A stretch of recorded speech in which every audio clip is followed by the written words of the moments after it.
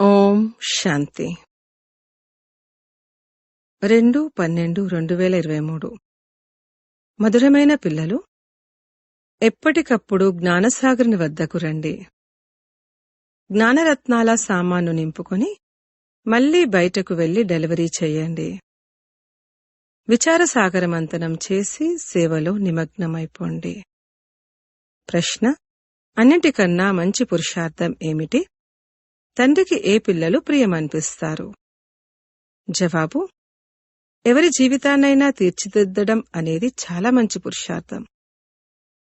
పిల్లలు ఈ పురుషార్థంలోనే నిమగ్నమైపోవాలి. ఎప్పుడైనా ఏదైనా పొరపాటు జరిగినట్లయితే దానికి రిటర్న్లో బాగా సేవం చెయ్యండి. లేదంటే ఆ పొరపాటు మనసును తింటూ ఉంటుంది. తండ్రికి జ్ఞాని మరియు యోగి పిల్లలే చాలా ప్రియమనిపిస్తారు. పాట: ఎవరైతే తండ్రితో పాటుంటారో. ఓం శాంతి. సమ్ముఖంగా మురళి వినడం మరియు టేప్ ద్వారా వినడానికి మరియు కాగితం మీద చదవడానికి తేడా తప్పకుండా ఉంటుందని పిల్లలు అర్థం చేసుకోగలరు.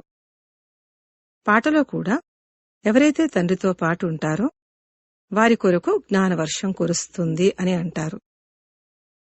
వర్షమైతే అందరి కొరుకుంటుంది, కాని కలిసి ఉండడం వల్ల తండ్రి యొక్క హావభావాలను అర్థం చేసుకోవడంలో, భిన్న భిన్న డైరెక్షన్లు తెలుసుకోవడంలో ఎంతో లాభముంటుంది.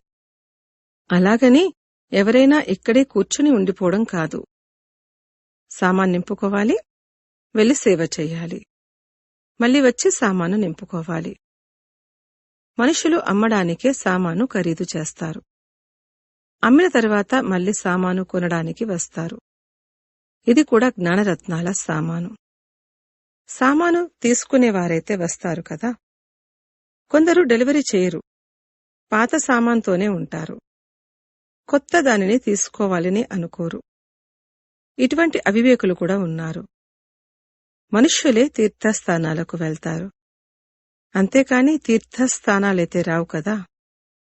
ఎందుకంటే అవి జడ చిత్రాలు. ఈ విషయాల గురించి పిల్లలకే తెలుసు, మనుషులకైతే ఏమీ తెలియదు. చాలా గొప్ప గొప్ప గురువులు, శ్రీ శ్రీ మహామండలేశ్వరులు మొదలైన వారు జిజ్ఞాసులను తీర్థయాత్రలకు తీసుకువెళ్తారు. త్రివేణి వద్దకు ఎంతో మంది వెళ్తారు. నదుల వద్దకు వెళ్లి దానం చేయడాన్ని పుణ్యమని భావిస్తారు. ఇక్కడ భక్తి యొక్క విషయమేమీ లేదు. ఇక్కడైతే తండ్రి వద్దకు రావాలి. కావున పిల్లలు అర్థం చేసుకుని తర్వాత అర్థం చేయించాలి. ప్రదర్శనలో కూడా మనుషులకు అర్థం చేయించాలి.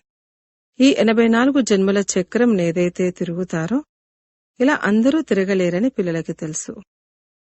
ఇందులో అర్థం చేయించేందుకు చాలా మంచి యుక్తి కావాలి. ఈ చక్రం విషయంలోనే మనుషులు తికమక పడతారు. వృక్షం గురించైతే ఎవ్వరికీ తెలియనే తెలియదు. శాస్త్రాల్లో కూడా చక్రాన్ని చూపిస్తారు. కల్పం యొక్క ఆయువును చక్రం ద్వారా తెలుసుకుంటారు. చక్రంలోనే తికమక ఉంది. మనమైతే పూర్తి చక్రం చుడతాము. 84 జన్మలు తీసుకుంటాము. ఇకపోతే ఇస్లాములు, బౌద్ధులు మొదలైన వారైతే తర్వాత వస్తారు. మనం ఆ చక్రంలో సతో రజో తమోలను ఏ విధంగా దాటుతాము అనేది ఆ సృష్టి చక్రంలో చూపించడం జరిగింది. ఇక మిగిలిన ఇస్లాములు, బౌద్ధులు మొదలైన వారెవరైతే వస్తారో వారిని ఏ విధంగా చూపించాలి? వారు కూడా సతో రజో తమోల్లోకి వస్తారు. మనము మన విరాట రూపాన్ని కూడా చూపిస్తాము. సత్యుగం నుండి మొదలుకొని కలియుగం వరకు పూర్తిగా చుట్టి వస్తాము. పిలక బ్రాహ్మణులది. ఆ తర్వాత ముఖాన్ని సత్యుగంలో, బాహువులను త్రేతాలో, కడుపును ద్వాపరంలో, ఆ తర్వాత కాళ్లను చివరిలో నిలబెట్టాలి. మన విషయంలో విరాట రూపాన్ని చూపించాలి. మరి ఇతర ధర్మాల వారిని ఎలా చూపించాలి? వారిని కూడా ప్రారంభంలో సతో ప్రధానంగా, ఆ తర్వాత సతో రజో తమోగా చూపించాలి. తద్వారా ఎప్పుడూ ఎవరు నిర్వాణంలోకి వెళ్లలేదని నిరూపించబడుతుంది. వారైతే ఈ చక్రంలోకి వచ్చేదే ఉంది.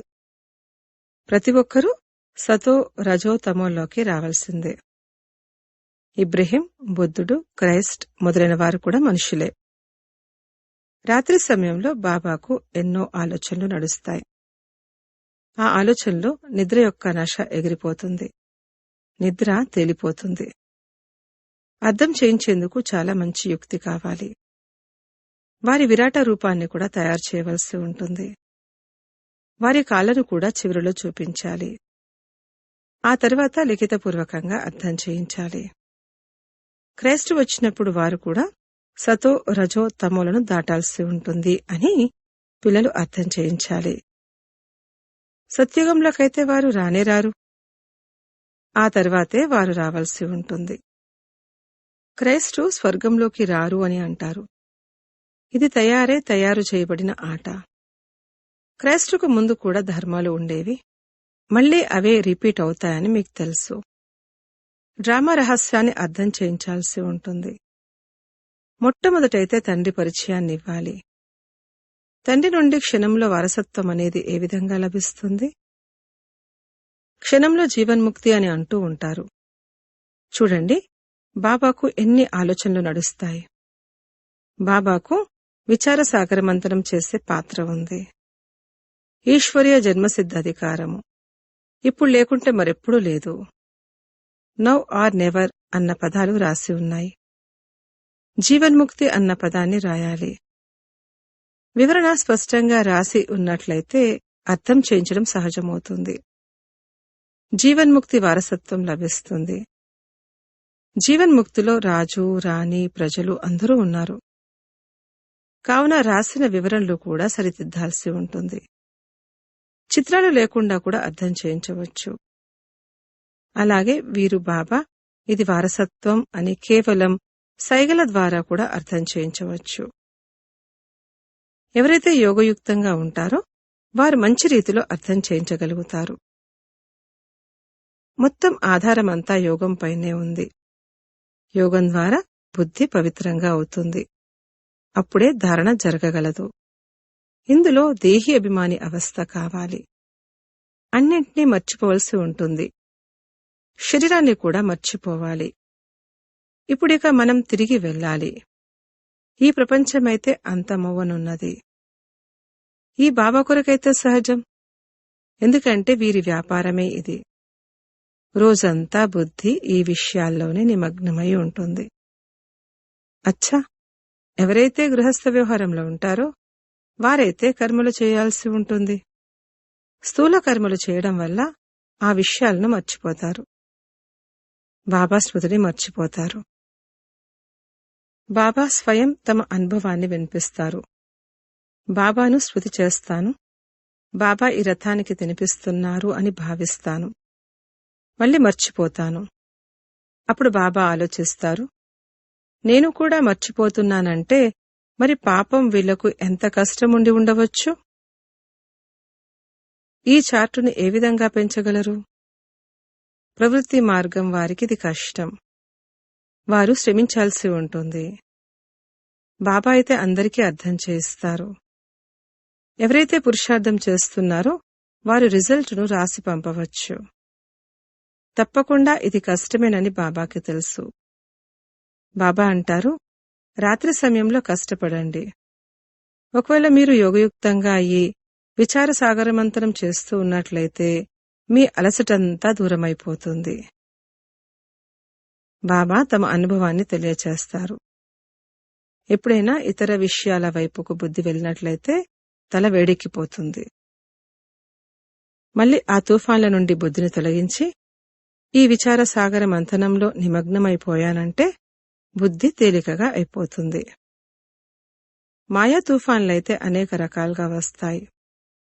బుద్ధిని ఇటువైపు జోడించడం ద్వారా ఆ అలసటంతా దూరమైపోతుంది. బుద్ధి రిఫ్రెష్ అయిపోతుంది. బాబా సేవలో నిమగ్నమైపోతే యోగము మరియు జ్ఞానమనే వెన్న లభిస్తుంది. ఈ బాబా తమ అనుభవాన్ని తెలియచేస్తున్నారు. తండ్రి అయితే పిల్లలకు తెలియచేస్తారు కదా, ఇలా జరుగుతుంది, మాయా వికల్పాలు వస్తాయి అని. బుద్ధిని మళ్లీ అటువైపు జోడించాల్సి ఉంటుంది. చిత్రాల్ని తీసుకొని వాటి గురించి ఆలోచించినట్లయితే మాయా తుఫాన్లు దూరమైపోతాయి.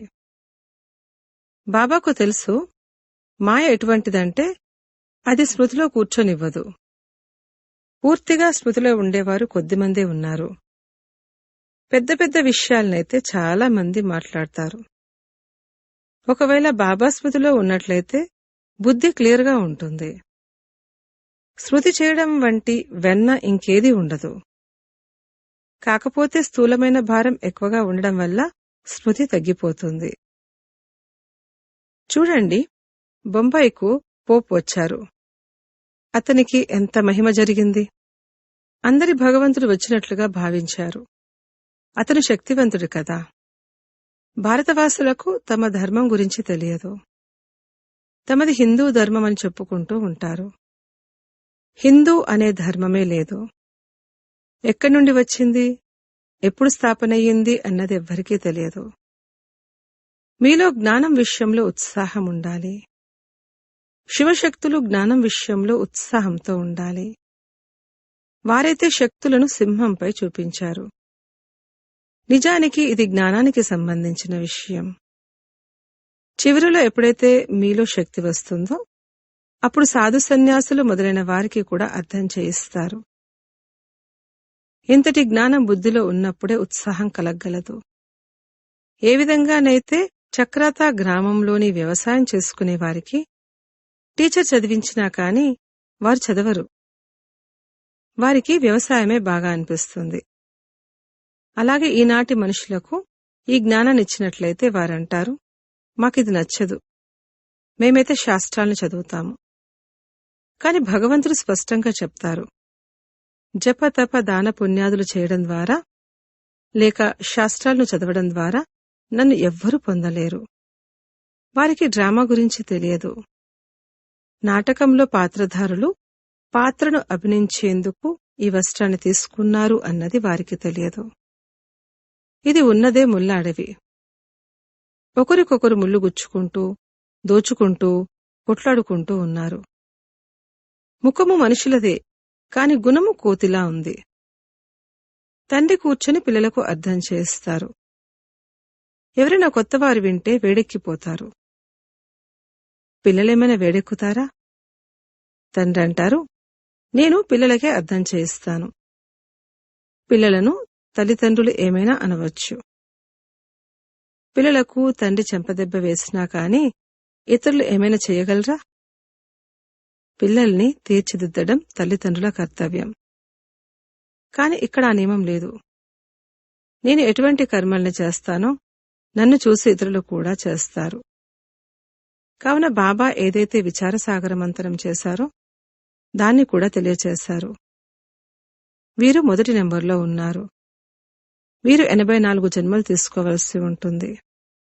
మరి అటువంటప్పుడు ఇతర ధర్మస్థాపకులు ఎవరైతే ఉన్నారో వారు నిర్వాణంలోకి ఎలా వెళ్తారు? వారు సతో రజో తమోల్లోకి తప్పకుండా రావాలి. మొదటి నెంబర్లో లక్ష్మీనారాయణలు ఉన్నారు. వారు విశ్వాధిపతులు. వారు కూడా 84 జన్మలు తీసుకోవలసి ఉంటుంది. మనుష్య సృష్టిలో అతి ఉన్నతమైన కొత్త మానవుడు ఎవరైతే ఉన్నారో వారితో పాటు కొత్త స్త్రీ కూడా కావాలి. లేకపోతే స్త్రీ లేకుండా సంతానం ఎలా కలుగుతుంది? సత్యుగంలో కొత్త మానవులు ఈ లక్ష్మీనారాయణలు. పాతవారి నుండి కొత్తవారిగా అవుతారు. వీరు ఆల్రౌండ్ పాత్రధారులు. మిగిలిన వారంతా కూడా సతో నుండి తమోలోకి వస్తారు. పాతవారిగా అవుతారు. మళ్ళీ పాతవారి నుండి కొత్తవారిగా అవుతారు. ఏ విధంగానైతే క్రైస్తు మొదట కొత్తగా వచ్చారు, ఆ తర్వాత పాతగా వెళ్లారు, మళ్ళీ కొత్తగా అయ్యి తమ సమయానికి వస్తారు. ఇవి బాగా అర్థం చేసుకోవాల్సిన విషయం. ఇందులో యోగం బాగుండాలి. పూర్తిగా సమర్పితమవ్వాలి కూడా. అప్పుడే వారసత్వానికి హక్కుదారులుగా అవ్వగలరు. సరెండర్ అయినట్లయితే ఇలా ఇలా చెయ్యండి అని బాబా డైరెక్షన్లు కూడా ఇవ్వగలుగుతారు. కొందరు సరెండర్ అయి ఉన్నవారికి వ్యవహారంలో కూడా ఉండమని చెప్తారు. అప్పుడు బుద్ధి గురించి తెలుస్తుంది అని అలా చెప్తారు. వ్యవహారంలో ఉంటూ జ్ఞానాన్ని తీసుకోండి. పాస్ అయి చూపించండి. గృహస్థంలోకి వెళ్ళకూడదు. బ్రహ్మచారులుగా అయి ఉండడం మంచిది. బాబా ప్రతి ఒక్కరి లెక్కలను కూడా అడుగుతారు. మమ్మా బాబాల పాలన తీసుకున్నప్పుడు మరి ఆ రుణాన్ని కూడా తీర్చుకోవాలి. అప్పుడే బలం లభిస్తుంది. లేకపోతే తండ్రి కూడా అంటారు, నేను ఇంతగా కష్టపడి పాలన చేశాను, ఆయన నన్ను వదిలేశారు. ప్రతి ఒక్కరి నాడిని చూడాల్సి ఉంటుంది. తద్వారా డైరెక్షన్లు ఇవ్వడం జరుగుతుంది. ఒకవేళ వీరి ద్వారా ఏదైనా పొరపాటు జరిగితే తండ్రి వీరిని నిర్దోషిగా చేసి సరిచేస్తారు. వీరు కూడా అడుగడుగులోనూ శ్రీమతంపై నడుస్తూ ఉంటారు. ఎప్పుడైనా నష్టం కలిగితే డ్రామాలో ఉందని భావిస్తారు. మున్ముందు మళ్లీ అటువంటి విషయం జరగకూడదు. పొరపాటు చేసినట్లయితే అది తమ మనస్సును తింటుంది. పొరపాటు చేస్తే దానికి రిటర్న్లో చాలా సేవలో నిమగ్నమైపోవాలి. పురుషార్థం ఎంతగానో చెయ్యాలి. ఎవరి జీవితం అయినా తీర్చిదిద్దడం ఇదే పురుషార్థం. బాబా అంటారు, నాకు యోగి మరియు జ్ఞాని పిల్లలు అందరికన్నా ప్రియమైనవారు. యోగంలో ఉంటూ భోజనం తయారు చేసి తినిపించినట్లయితే ఎంతో ఉన్నతి జరగగలదు. ఇది శివబాబా బండారా. కావున శివబాబా పిల్లలు తప్పకుండా ఇలా యోగయుక్తంగా ఉంటారు. మెల్లమెల్లగా అవస్థ ఉన్నతంగా అవుతుంది. సమయం తప్పకుండా పడుతుంది. ప్రతి ఒక్కరి కర్మబంధనాలు ఎవరి వారివే. కన్యలపై ఎటువంటి భారమూ లేదు. కొడుకులపై ఉంటుంది. పిల్లలు పెద్దవారైతే తల్లిదండ్రులపై భారం పడుతుంది. తండ్రి ఇంతగా అర్థం చేయించారు. ఇంత సమయం పాలన చేశారు. కావున వారి పాలనను చేయవలసి ఉంటుంది. లెక్కను తీర్చినట్లయితే వారి మనస్సు కూడా సంతోషపడుతుంది. సుపుత్రులైన పిల్లలెవరైతే ఉంటారో వారు యాత్రల నుండి తిరిగి వచ్చినప్పుడు అంతా తండ్రి ముందు ఉంచుతారు. రుణం తీర్చాలి కదా. ఇవి బాగా అర్థం చేసుకోవాల్సిన విషయాలు. ఉన్నత పదవిని పొందేవారు సింహం వలె ఉత్సాహంతో ఎగురుతూ ఉంటారు. అచ్చా, మధురాతి మధురమైన సిఖిలదే పిల్లలకు మాతాపిత బాప్దాదాల ప్రియ స్మృతులు మరియు గుడ్ మార్నింగ్. ఆత్మిక పిల్లలకు ఆత్మిక తండ్రి నమస్తే. ధారణ కొరకు ముఖ్య సారము. 1. యోగంలో ఉంటూ భోజనాన్ని తయారు చేయాలి. యోగంలో ఉంటూనే భోజనాన్ని తినాలి మరియు తినిపించాలి. 2. బాబా ఏదైతే అర్థం చేయించారో దానిపై మంచి రీతిలో విచారసాగరమంతనం చేసి యోగయుక్తులుగా అయ్యి ఇతరులకి కూడా అర్థం చేయించాలి. వరదానము: స్వపరివర్తన మరియు విశ్వపరివర్తన యొక్క బాధ్యతా కిరీటధారి నుండి విశ్వరాజ్య కిరీటధారీ భవ.